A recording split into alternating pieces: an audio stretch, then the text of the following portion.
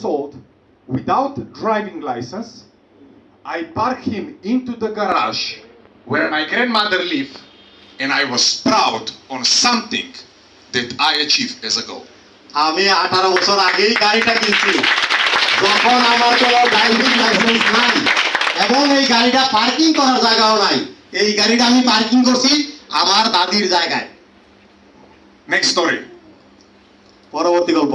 When I bought the car in my region, there was very successful, let's say, a bar, a club.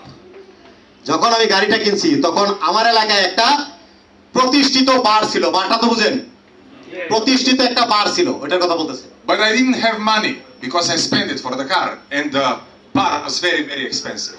কিন্তু আমার কাছে প্রচুর টাকা ছিল না, কারণ আমি যা টাকা জমাইছি পুরো টাকা দিয়ে কি করছি, গাড়িটা কিনে ফেলেছি। ওই বারে যাওয়ার মতন আমার কাছে অবস্থা ছিল না।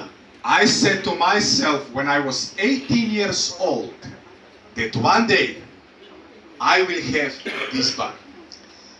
যখন আমার বয়স 18 বছর, তখন আমি নিজেকে বলছি যে আমি এই বারটা একদিন কি করব, কিনবো। সিদ্ধান্তটা বুঝেন কিন্তু।